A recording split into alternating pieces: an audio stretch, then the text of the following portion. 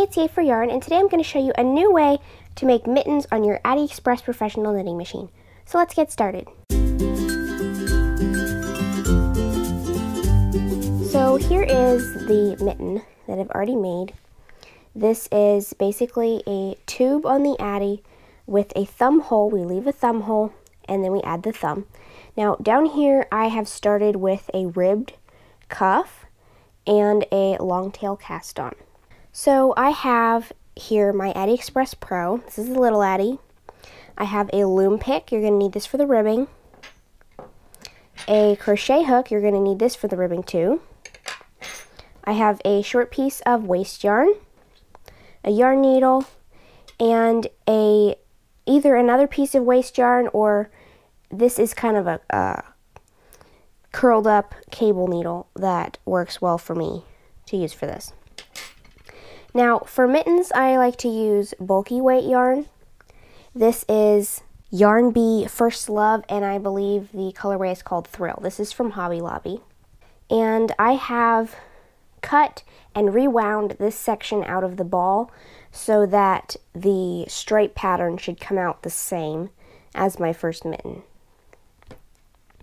So I'm going to start with a Longtail Cast On. And to do this, I'm going to start with the first black needle. I'm going to leave about 2 feet of a tail and make a slip knot.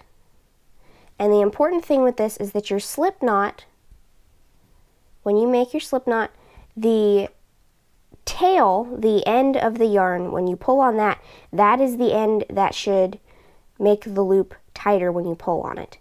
The working yarn end should not be making the loop tighter when you pull on it. You need to be able to pull on the tail to close up that loop, because we're going to need to tighten the loop later. So I'm going to place this slip knot on my first black needle, and we're going to hold the yarn in our hands in the slingshot position. If you are a hand knitter, then you are probably pretty familiar with this. I have my working yarn running over my index finger and down through my hand, and I'm holding on to it with my other fingers. And then I have the tail yarn, this is why it's called a Longtail Cast On, running around my thumb and also held with my other fingers. So to work the Longtail Cast On, you're going to insert your finger into the front strand of yarn, the strand of yarn that's in front of your thumb.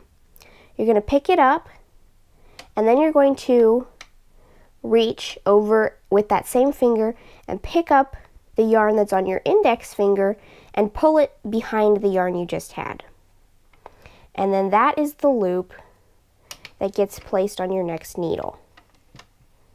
And you're going to need to do this with the hook of the needle up so that it catches the stitch in the hook, and when you sink the needle, it'll keep it down and it won't pop off the needle. So we're going to keep doing this on every stitch around. I'm going to be inserting my finger underneath the strand of yarn in front of my thumb, reach over and hook the strand of yarn that's coming off my index finger and pull it through. And then I'm going to slip that loop over my next needle. So again, I'm going to insert my finger under the strand of yarn in front of my thumb, reach over and pull the yarn on my index finger through that piece of yarn and put it on the next needle. So I'm just going to keep doing this all the way around. You want to maintain a fairly even tension, but later on we're going to go ahead and tighten up our cast on. And that's why we're using a Longtail Cast On, is because not only is it permanent, it is not a provisional cast on, so the live stitches are not held, but you can also tighten it up after the fact once you've already done the knitting. Alright, so there's my last stitch, and of course I need to make sure that it is caught in the hook of the last white needle. Now you're going to be knitting with the working yarn, and you're going to drop the tail. And if the tail seems a little short, don't worry, because we are going to tighten this cast on up after we've knit the ribbing, and this tail is going to get longer, so you have more of it to weave in.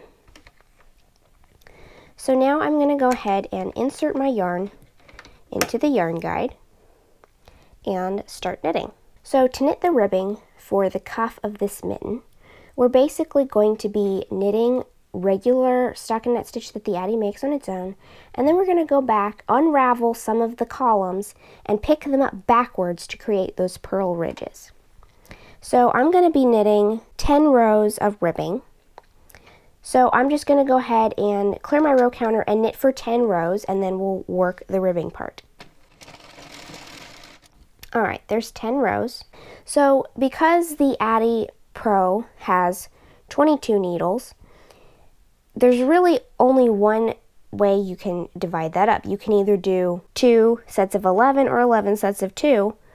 So what we're going to be doing is 11 sets of 2. We're going to be leaving one column alone, purl ribbing the next one, leave one alone and rib the next one, leave one alone, rib the next one, all the way around, because we have an even number of stitches, so it'll come out seamless and it'll match all the way around. So what I'm going to do first, this next round that we're going to work is going to count as one regular knitted stockinette stitch round. I'm going to knit the first stitch and rib the second one. So to rib the second stitch, I'm going to pick up the loop off of that second needle, and I'm going to stretch my knitting out a little bit.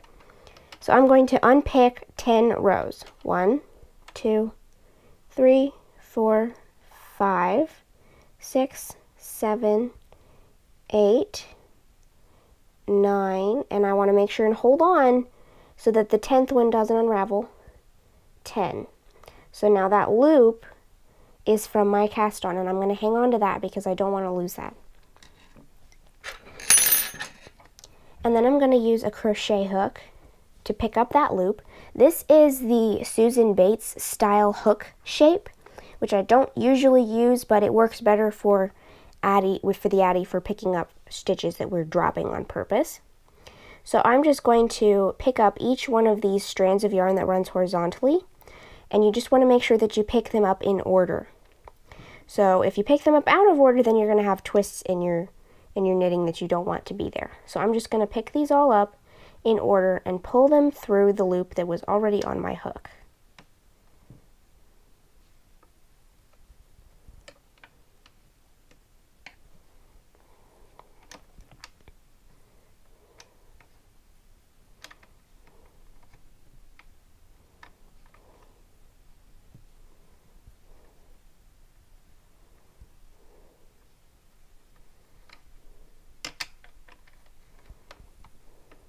And then I'm going to go ahead and place that stitch back on the needle,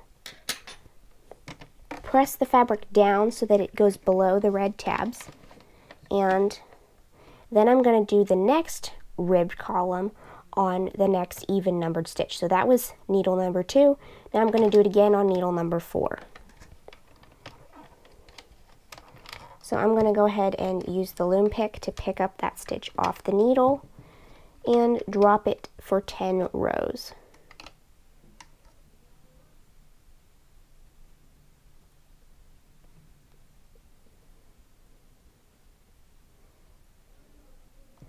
And when I get to the 9th, once I've unpicked the 9th one, before I unpick the 10th one, I like to make sure that I'm hanging on to the loop that the 10th one is going to come out of. That's the loop we want to pick up with the crochet hook, and pick up those stitches all the way up to the needle. We're pulling each horizontal strand of yarn through the loop we already had on the hook.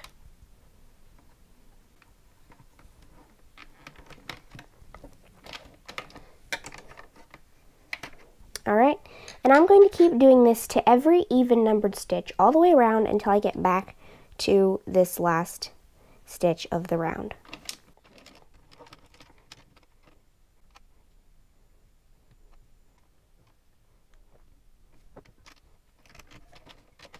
Alright, so now I have finished ribbing the knitting all the way around, and now I'm going to have a ribbed cuff for this mitten.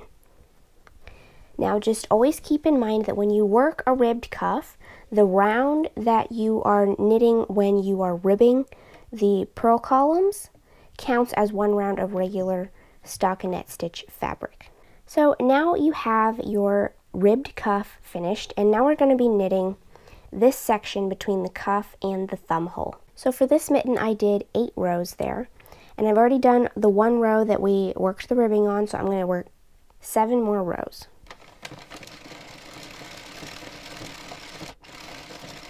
Alright, now we're going to work the thumb hole here, and to do that we're going to pick up the stitches off of these 3 black needles and temporarily hold them, work a few rows back and forth, and then we're going to cast them on again to make that thumb hole. So I'm going to take the yarn out of the yarn guide, sink the last white needle. So I'm going to pick up these 3 stitches with this curled up cable needle, but you can use a piece of waste yarn if you would rather. And I'm just going to be picking up the stitches off of the 3 black needles. And I'm going to point the ends of that needle down and stick it down into that open space. And then I'm going to back up. I want to make sure that the stitches on the needles that came up go into the hook so that they are secure. And I'm going to come back over here to the last stitch knit, switch to plain knitting mode, which is back and forth in rows. I'm going to put my yarn back in the guide, and I'm going to knit 5 rows back and forth. Now I'm only knitting 5 rows because I have small hands, but if you are making this for somebody with bigger hands, then you would knit 7 rows. If you're making it for somebody with really big hands, maybe even 9, but it has to be an odd number. And when you increase the number of rows between the stitches that you held and the stitches that you're going to cast on at the end of the thumb hole, that also increases the circumference of the thumb of your mitten. So now I'm going to knit 5 rows back and forth.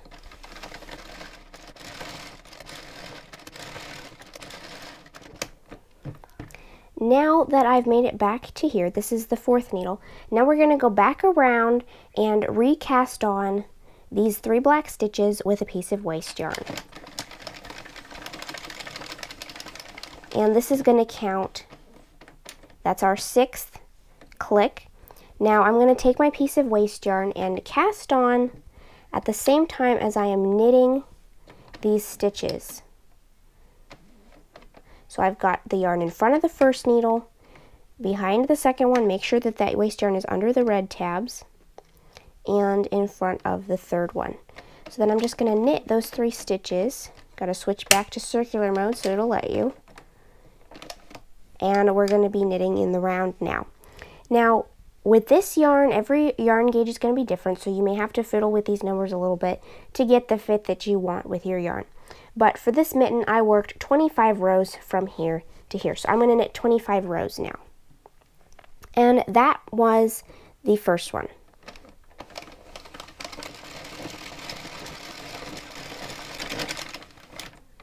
Alright, so there's 25 rows, and I'm going to put this tail of the yarn into my yarn needle,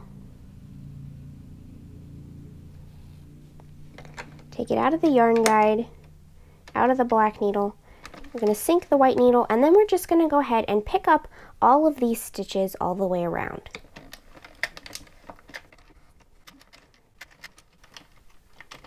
Alright, so we're basically just going to cinch the end of this mitten closed. If you give your mitten a lengthwise stretch, you can see what we've got here. We have a ribbed cuff. We have 3 stitches held on a cable needle. We have a big hole here, 3 stitches recast on, and the rest of the tube with the ends cinched shut. So I'm going to move the Addi just for the moment, and we're going to work on this mitten before we put the thumb on. I'm going to close up the end of the mitten just like I would a hat. I'm going to tighten the hole so that it is closed as much as possible. Now this particular yarn, which is basically a roving with a piece of thread spun into it, is not super strong if you pull on it lengthwise, so I'm not going to put too much tension on it, but I'm just going to tie a knot right about there, And then I'm going to weave the tail in, which I like to do by going around through all the stitches that are cinched closed here. Alright, and then I'm just going to cut that yarn. Now I mentioned earlier that we were going to tighten up this cast on here. And what you're going to do is find the beginning / end of where you cast on. This right here, if you can see that, that's my slip knot. So I'm going to pull on the piece of yarn that's coming out the bottom of that to make that loop smaller. And as you can see, we've got these lengths of yarn all along the cast on edge. So you're going to just pull on each one all the way around. And sometimes you have to figure out which one you need to pull on. But you just basically need to pull on them in order so that that tightens up your cast on edge and you don't have all those extra lengths of yarn in the way where they could get caught. So now I'm just about back around to the other side. And you want to just make sure that you do leave some slack in it so that there is enough stretch. You don't want to make it too tight, but we're just tightening it up enough to get some of the loose strands of yarn out of the way. So now I'm to the end, and I've got one more that I'm going to pull on, and then the next one is the tail.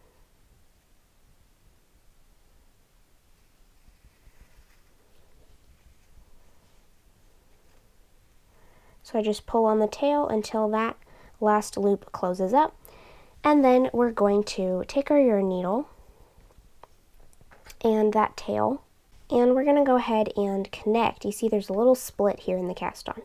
So we're just going to connect the ends together by coming up through the slip knot. And I'm going to go back down over here where the yarn just came out. And then I'm just going to weave in this tail. So now all we have left to do is knit the thumb. So I'm still in circular knitting mode. And what I'm going to do here is take these 3 stitches that we had picked up from the black needles and put them on the black needles.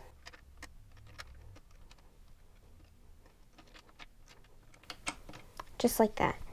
And you just want to make sure that they're hooked in those needles. Alright, so to knit the thumb, I have some of the same yarn, but I've cut it so that it's going to have the same stripe pattern as the mitten. I already did.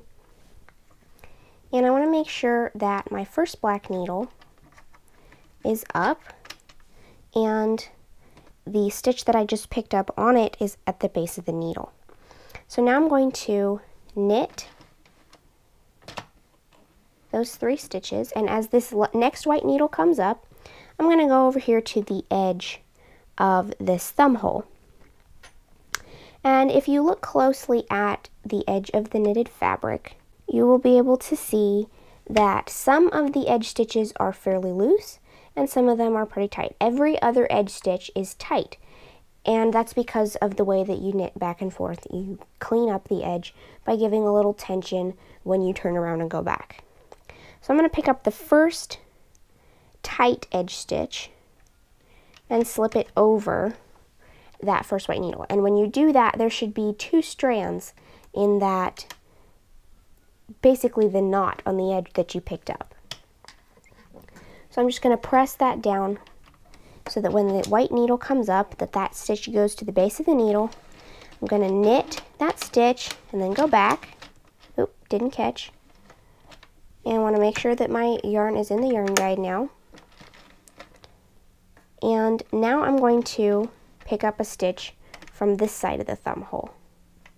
So I'm going to find the first tight edge stitch, pick up the 2 edge strands from that, and slip that over the white needle.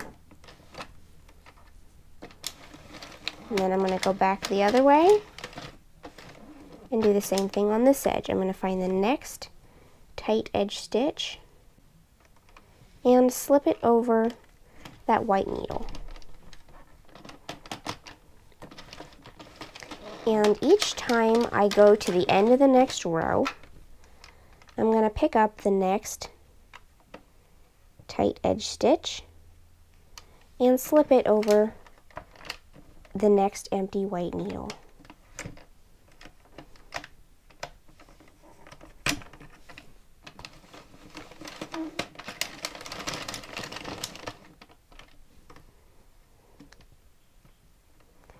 So this is the last tight edge stitch on this side of the thumb hole.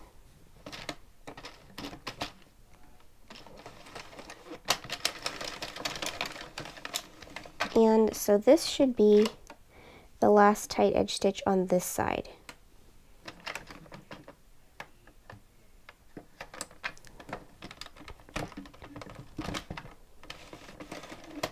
Alright, so now you've picked up all of the edge stitches on either side of the thumb hole. We've picked up stitches all the way around to here. And then we're going to seam it with the stitches that are being held when we get done. But first, we're going to knit the rest of the thumb. And I'm going to knit a total of 14 rows back and forth, not adding any more stitches for the rest of the thumb.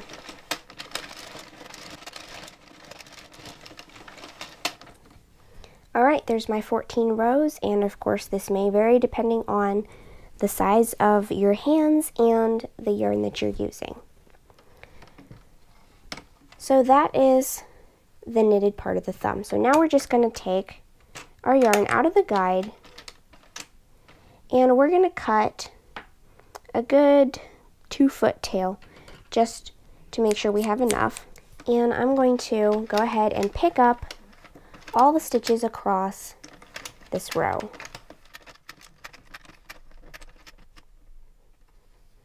Alright, now let's finish up the mitten. Okay, so now what we need to do here is pull on the tail where we picked up all our stitches to close up that end. And what we're going to do here is mattress stitch the two edges of the thumb together. Now this does add a slight amount of bulk to the inside of the thumb edge, but it's not irritating or itchy or anything. And we want to try to make this as thin as possible. So what we're doing is, instead of going a whole stitch column in from the edge like we normally do when we mattress stitch, we're only going in a half of a stitch column. So we're going to stitch the half edge stitch from this side to the half edge stitch from this side with mattress stitch.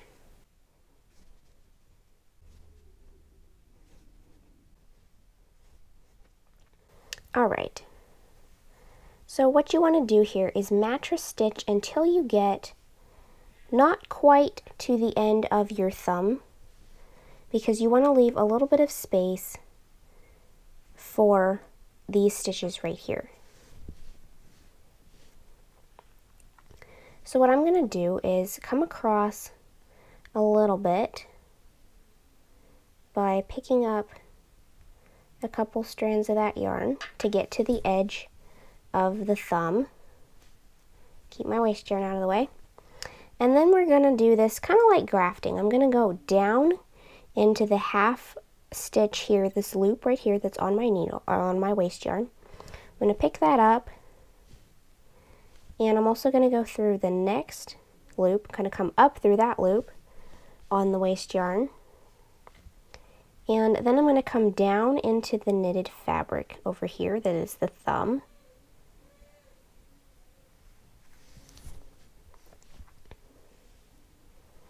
And then I'm going to come back up here, go down through the loop that is on the waste yarn that I just came out of, and up through the next one. I just have to stretch it first to get to it.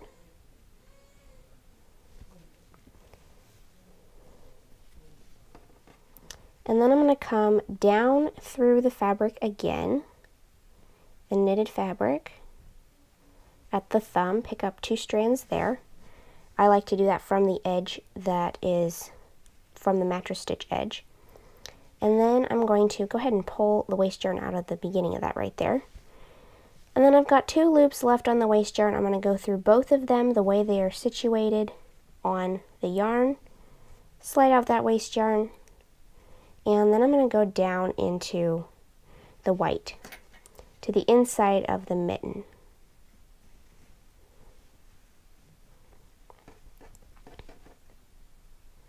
And you basically just want to close that up so that there's not a big hole there. And you're also going to need to, you see there's a really loose stitch right here. That is the first stitch we knit for the thumb. So you can just pull on the tail for that to tighten it up.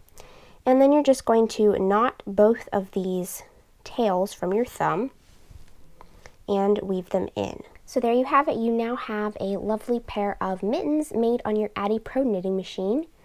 And these are very soft, very comfortable. So if you make mittens on your Addi using this method, let me know how it turned out for you in the comments below. And don't forget to subscribe, making sure that you click the little bell next to the subscribe button to be notified of new videos. Thanks for watching. Bye!